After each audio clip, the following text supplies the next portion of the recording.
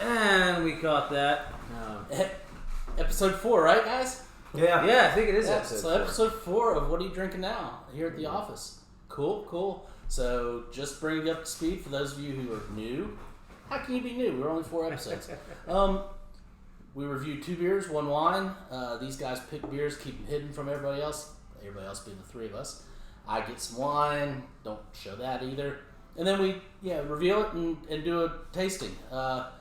Chances are we've already had all these before, but you never know. There could be a few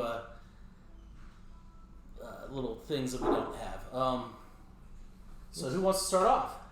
Why don't you start off since you were on vacation last week? That's right, I was. How did the fishing go? Let me brag. Let me tell you something, guys. By the way, props to the guys at Trade Winds Tackle, Ocracoke Island. Oh, I thought you were going to give props to Flying Machine there. Well, I am, because they're going to want to know how I'm cleansing my palate, isn't that? Oh, yeah. What are you drinking now? That's the question. And I gotta brag while I pull this thing off. Let you guys see that. Okay, I know you don't want to see that. It's the Governor of Old Parachutes India Pale Lager by Flying Machine, local favorite here. Like those guys, their drafts are fantastic. 3130 Randall Parkway, Wilmington. Check them out. They do some solid beers. Brewed with grungiest and Grungeist and Mosaic hops. It's pretty hoppy. I like it. You guys know I'm an IPA man. This one's really nice, so I dig it. Awesome. For me, I've got the awesome. That's Dragon's Milk White Stout. It's really nice. And what are you drinking there? I got the Piping Plover Pilsner, which is a heck of a tongue twister. Try saying that 3 times. But yeah, that's Wrightsville Beats Brewing out of Wilmington. We got a lot of Wilmington beer going on here today. I'm the only one who didn't pick Wilmington beer. Damn. I know. You're the only one not going local. This is where we get Rob a little bit. So, just by the cap, I know exactly what this is. I actually got this as a little birthday beer for Kimmy back there. I thought I saw one back there, so I was glad there were several bottles cold. Yeah. So Kimmy, for those of you who don't know, she's a regular of ours. Her parents are regular of ours, and that did that to her too. She just turned 21 today, and she good stop. So for those folks who just seen it, she's going to UNC Charlotte. Her parents live here. She's going to be a beer mule for us. Get some good stuff from Charlotte. Yeah. Hopefully, get some Old Mac, some Noda stuff, some other breweries. Oh yeah. Well, it's cool that we got a birthday party going on the same time today too. Now, there's a really big brewery going to Charlotte that I read about in the news the other day. Is it a national one? It's one of the oldest German breweries. It's opening up a 100,000 square foot brewery up there in the next few years. Really? Which one? I don't remember. But it's. But I'm sure if you Google everything I just said, it will show up. All right. So, Nick, why don't you tell us a little bit about what we're drinking here? It starts with a G. I do remember that. The number one thing that I have to say about this beer is I've never had this before. I'm anxious to have it. It sounds really good. It's both European and American, so I made it back to the continent. Hoppin' Frog, 2016 collaboration, America-Denmark. This is the Copenhagen Crisp Ale brewed with grains of paradise. So Hoppin' Frog, for those of you that don't know, is out of Akron, Ohio. That's right. Brewed and bottled by Hoppin' Frog Brewing, Akron, Ohio. Check them out, hoppinfrog.com if you really want to know. And then Akron's known for more than tires. Do they list the now it is. Do they list the Denmark brewery? Yeah, it's also my apologies. They do here. I read this earlier. Nick's a little out of practice. He was gone for a week. Yeah, what can I say? The master brewer from those guys brewed this in collaboration. Just looking for it here. I don't actually see it right on hand, so maybe I'm missing it, and it's making me miss it. So you guys check it out, the label, see if you find it. Yeah, collaboration with our right BFF, master brewer. Yeah, dry bitter. Yeah, that's dry and bitter brewing. Dry and bitter brewing. Yeah, it's it's right there. I just. So So the big, So it was a joke dry and for bitter y'all. logo on the left side of the logo there. You know I like labels. Nick It's a good label. It's good to be back. Shouts to Ochre Coke. It was a great time. Rob, cheers. What are you drinking now? This is the Hoppin' Frog, and again, it's called the Copenhagen Crisp. I'll tell you right now, I love the way it smells.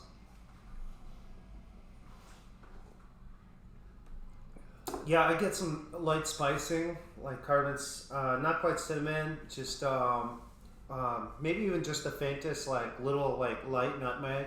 But then it gets sweetly into like a nice candy, nice bubbly, really small bubbles, fine head builds. You saw when I opened it, it really popped.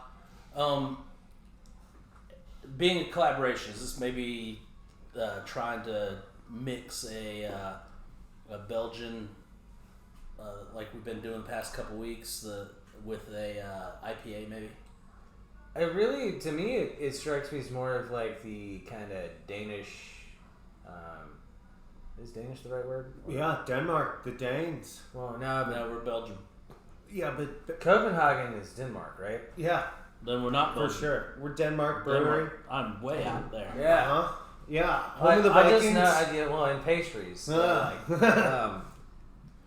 It tastes like one of those like Danish pilsners, you know. It's got a very malty backbone to it, right? Yeah. I'm liking the spices that you mentioned earlier. Yeah, I mean the grains of paradise are coming through right there. So that's what that is, really. Then that's your grains of paradise comes in on the front end. That's because nice. it's floral, it's almost sweet, it's honey-like to a degree. Yep. I'm getting that honey. I was thinking it was sweet. Yeah, it's got that real malt back, but there are hops in there that kind of balance that. I like taste. the They're hopping, really gentle, you know. I Definitely not sweet like Sweet Fang. It does not taste anything like any of the other beers Hopping Frog makes. I was talking about the Sweet Thing from last year. It does. It's not as sweet as the sweet thing. By the way, if you guys haven't seen last week's thing, you should definitely see that because drinkability is really good on this. It's called crisp. It's a very nice, clean, crisp flavor. I was thinking about what is the follow through. What does this do? The finish is just really crisp and clean. Kind of a little bready, flaky, like a Danish itself. Mm-hmm. I could do this in a Danish after a run in the morning. you know what this would be good with some barbecue, man.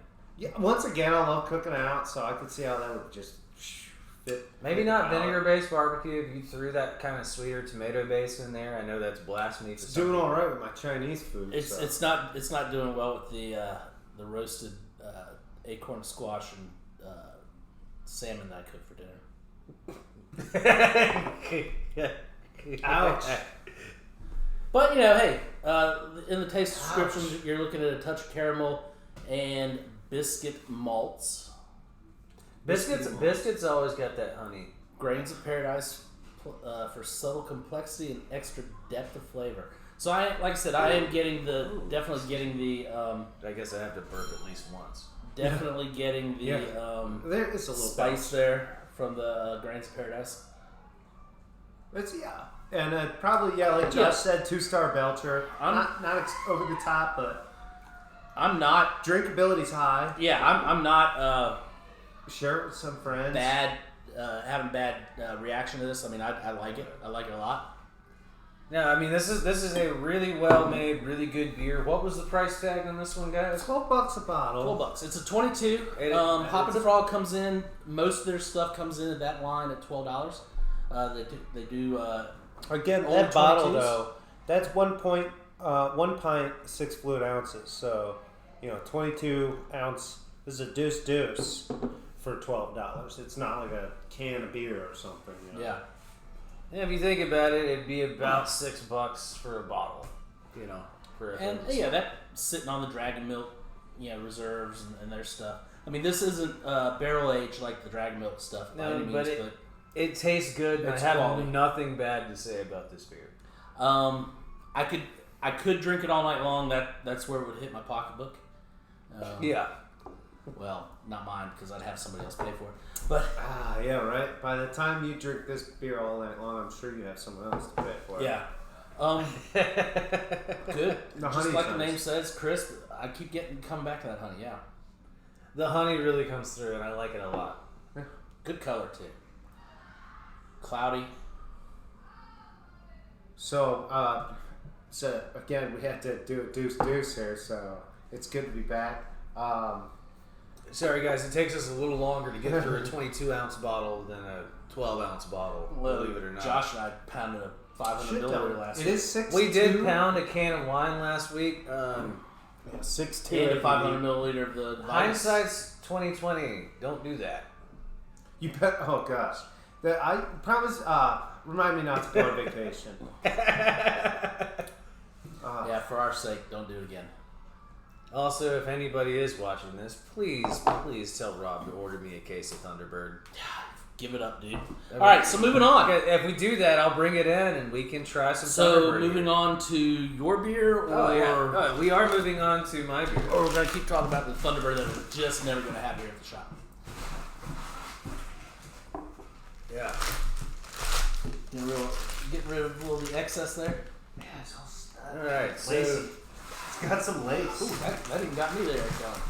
yeah. I'm not normally a big beer belcher, but that got me. What did Nick just do? I on think the it's table? the That should speed be of the the first drinking. comment. Burner. Hey, All right. Oh, nice.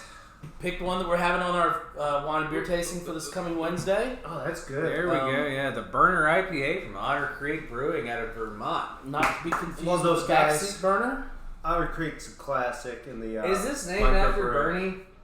I don't think so. Oh. Well, although, that's interesting to think. I was just thinking that earlier. Like, is this Bernie Sanders? I mean, it is. It Didn't is get the pun. B-E-R. Yeah, it's not B-U-R. So Does that mean that? we got to see if there's anything on here about that. Ooh, We yeah. might have to look that one up. The Copenhagen underbelch really came. Did I say 2-star belch fact? It might be 3-star. Does that mean that somebody else pays for this? Does that? Ooh, why don't you open it, because I think we It's did like- pay for it. I think Hey, we've got some live fans in the house. Don't forget when we film our podcast, we do the stream. Hope you tap into the stream. Don't see a lot of comments yet. It could be a good thing. Not trying to get comment wars going, but it's out there. It's available on Twitch, and then we launch our podcast on YouTube, and you can sign up, subscribe, all that. What's fun about all that is we do live audience here in the office where we film right now. Yeah, so if you want to come in and dance and whatever, like Ashley just did in front of the glass French doors to the conference room, you're more than welcome to.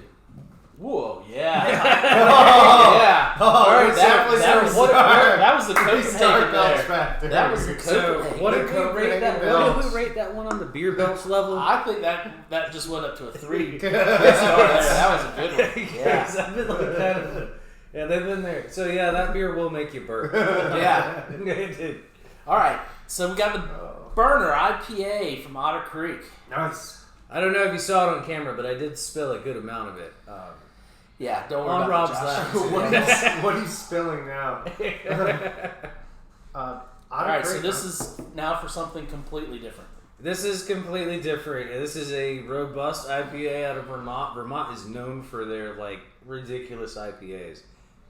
They were the origin of the New England IPA. Lots of orange juicy citrus. You can literally smell the hops in this one. It is danky. It is citrusy. It's definitely New England. It's cloudy. Mm-hmm. That thing's cloudy. Oh yeah, that's your big boy IPA. That's coming what, It's 7? like a bite of lemon. 7 ABV. That one is. Where's your No, I get lemonade that of one. IPAs right there? It's all right there. 7. All right. Yeah, you are completely right, Rob. Normally I am.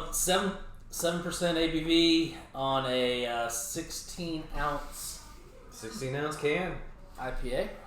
Absolutely. This is. Yes, I was playing with this. What's that sticks on? One of those long nights. It's juicy. It's grassy. It's surprisingly not as bitter as you'd think it'd be. Like it doesn't strike me as face crunching. Yeah, no. No. I think the It's like a back end of a lemon. Like if you sugar up a lemon, just really dig in. Yeah, it has this friendly feel. That I don't mean that in that strangely acidic lemon in your eye feel. I just mean everything great about lemonade without being a shandy. See, this is a real IPA. Yeah, I could get the sweetened lemon, but I'm getting more orange. Okay. Like a you. navel orange or Valencia or like no, what kind of orange? I would say navel is Okay. really what I'm getting with it too. I would say, like for the people that don't like IPAs out there, I would stay away suggest. from this one. No, actually, I'd say start Give it with. a try is what I'd say. I'd say go with the New England IPAs because to me, they don't strike as bitter as your West Coast. Because of the juicy aspect. Yeah, it's a because juice. people can pick up those fruit tones and it kind of counteracts some of the straight bitterness. It's not madly bitter and acidic. So we're talking New England West Coast. I got a question for you. Yeah. Do you think we're going to start having a North Carolina or Raleigh IPA? I think it's going to be like style. I think it's going to be like barbecue. It splits in Lexington, and so we haven't found the complete middle point. Whether it's like Kidston with Mother Earth or something like that, like a north-south or an east-west. Yeah, but I gather what you're saying because we're getting we're getting a lot of IPAs that are on the coast, West Coast, but they're the hazy New England, but they got the West Coast characteristics. I'm wondering if we're doing a blend of the two, and that's going to become a North Carolina style. Possibly, but see what I'm saying? What we're really waiting for, Rob, is we're waiting for one brewery in North Carolina to make an IPA to blow everybody's mind that doesn't taste like all the other IPAs. Tropical Lightning's out there. Tropical Lightning's a West Coast. Yeah, it's a West Coast style, West Coast. So you don't think it was a unique Carolina? We're dropping a lot of in-depth beer terminology on you right now, by the way. So we do apologize for the beer nerdiness of this commentary. I would take the compliment. If Josh is that Papastrami? Yeah, those are nice glasses. Somebody's in there. Hey, yeah, somebody's in the stream. I like the glasses. Thank you. That's good. Wait a minute, are you talking about the beer glasses or the glasses? Because mine are Mark Anthony. What are you drinking now? He likes our glass. Cheers. Cheers to Papastrami for that one. Yeah. Love the name. So anyway, back to this beer. Like I said, it's a 7-point ABV. It has a 16-ounce can. Coming in at $3. That's also a good price for a 16-ounce can. That's a nice rate in this. That's a value price for a really good beer. Like, this is a really good IPA. Yeah, I'm down with it. When we first opened up, I was not a huge IPA fan. I stocked them, drank them, knew we had to have them. As we come along, I've gotten more and more into them. I'm still not a big hophead. I'm not huge on hops. However, something like this, I can see where you were saying earlier, if you're just getting into IPAs, you want to start. I could see something like this. The Big O that we had a couple weeks ago. Oh, juice. I mean, big, juicy The IPAs. Big O is a good one for, like, the new person trying the IPAs. But, I mean, they are a hurdle. But I remember drinking red wine for the first time. That's true. I had that IPL, the first sip of it made me, like, my face just... I loved it. Crunch. I was so happy that I was having something that felt like two different comforts at the same time. I was loving the old lager feel of my first beer of the day. I was like, Dad always had those lagers, Was that the one at 8 how a.m.? the old guys did it. And then, no, this was today. No, Tonight. I just said the first beer of the day is at 8, right? Yeah, usually, right? No. not today. If you're going to day drink, you got to start in the morning. Did not have that opportunity today. What I did have the opportunity to was grab this IPL flying machine on my way in. And I think good local beer, support your local. The really nice price. What did it come in at? $4 even, I believe. Oh, he's gonna mess with the koozie Yeah, I'm again. gonna mess with it. No, I'm not. This is Atlantic Tackle or what? Yeah, it's Trade Winds, man. Tackle, man. We Hey, got some fish, I'll tell you. Back to Trade Winds, they're not sponsoring, but that place, if you're ever going to Okokoke, is, well, the only tackle shop, but also actually a really good tackle shop. All right, so let's hurry up and move on. We got red wine to do. Let's see what we're talking about here. Let's go ahead. Ooh, this is a good time for Ooh. And palate cleansing. And that really does the palate good there. All right, so moving on. All right, We're Rob. going to do our wine tonight. What are you guys drinking now? Bring more Tell bum us. wine tonight? No, I did not bring bum wine. I brought us Borealis for the Willamette Valley. It is a white blend, 38% Muller Thurgood, 32% Gewürztraminer. 19% Riesling and 11% Pinot Gris. So it's got everything in there but the kitchen sink from Willamette Valley. This sounds amazing. But I also saw on the label it said the Great Northern Whites. Yeah, it's got all of our whites in there from Willamette. Like I said, it's got everything but the kitchen sink. But it's named after the Aurora Borealis. Yeah, the Great Northern Whites. Nice little play on words there. I'm glad you caught that. I do love a pun every now and then. And the Borealis? You are full of puns. Get it? Like, I am not full of puns, but I do appreciate a good one. You're full of puns. All right, Nick, here you go. Thank you, sir. So, with those, the Gewurz, the Riesling, and the Pinot Gris in there, you almost think this is going to be really sweet, wouldn't you? Well, the sweet on the nose, pleasant, floral and fluty. Is that Fluty? yeah, fluty. Like Doug Flutie throwing the Yeah, it's miracle No, touchdown? it's Jethro Tull Flutie. Okay. All right. I don't know if it's Jethro Tull Flutie. I'm also not a comedian, people. Yeah, his sit-down comedy is just as bad as his stand-up. He shouldn't do either one. Where I'm really good It's at more is like- running comedy. It's only when I'm running that I'm funny. It's more like just wine, fluty. You know, there we got some mad comments. So that's great. I'll this check it has- out for you. Currently at work, I'm having some water and floral and fluty. I guess that's why it's called wetting your whistle. That's wonderful. Oh, I love it. Thank you. So, Papa This Strami, is, Mad Dibs. It's a cracker. Mad Dibs. This is somewhat sweet. Not overly sweet, but it's definitely not a dry white. This is actually really Oh, good. that is pleasant. Yeah, bring this to the backyard barbecue this season. This will hit on the 4th or any follow-up weekend party. Keep it on ice. This is very nice, cool with that. I like this. I can really taste the Gewürztraminer in this. Floral, mango, That's A Gewurz. little bit of lemon zest. That's the Alsatian for sure. Josh is onto something with the terroir there. Yeah, I mean, this is... well, this is all Willamette Valley grapes. Willamette, damn it, that's how I was told to say it. and three very German originally grapes. Yeah. Yeah. I mean, but this reminds me of like the super rocky German, like northern section Germany. We're going German and Italian, if you... Alsatian, you know. Well, that's Pinot- the disputed territories in the Upper Grigio. Rhinelands. It's all European. Pinot Josh is, Grigios. right, he's just mixing his cardinals. It's actually South Germany, but because the Northwest thing, the rivers in Germany, they go north. So silly. The Elbe? Oh, Don't even get me started. no, sorry, I was looking down. From Rivers the of North Pole. Europe. We'll do it. No, I volunteer for Santa. I'll volunteer. This So- is pleasant. This is very This is pleasant. really It's Trout. an easy... Ooh, yeah. You know what? No, I don't taste any trout. No, this actually would have been good. This actually would have been good with the salmon that I cooked tonight. Yeah, I could see that. But It'd be salmon, better- trout, they're both those Be kind even of fatty better with fishes. This would be better so with good. smoked salmon. Oh man, some lox with this. Candied salmon. Have you had that? No, I haven't had They're candy salmon. nice little bites.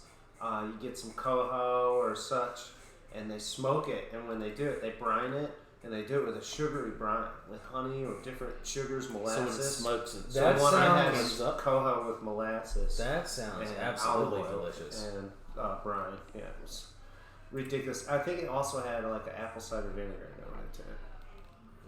They just brush it on and they smoke it by the highway out there. So the people I've met up with, they brought it down, Skagit. So this is a good wine to throw cornhole with and This would be a great wine if people came over to your house and you wanted to crack open. But would you like a glass of wine? This would be a good one to not even ask them. Oh what they yeah, want. he wants to know if Pour you it. go good with grouper. probably grouper's a little bit more of a flaky white. Yeah, but fish, the right? mango, he's I feel him on that. Mad props, appreciate the follow, Papa Strami. Yeah. Okay, so I want to, this does not have any crisp acid to it. It really doesn't. Okay. It does not. Yeah, it's very soft and rounded. So it's very rounded, very soft, like Nick said. Does have some sweetness to it. Some residual sugars are sitting there, and so I don't know that this is going to stand up well. It's going to need a fattier fish, or it's going to need something with spice.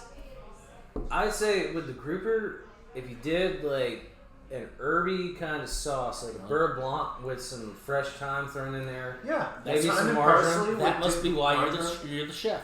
Yeah. That's why you went to school. Like Oh this. yeah, I was a chef. I do remember that.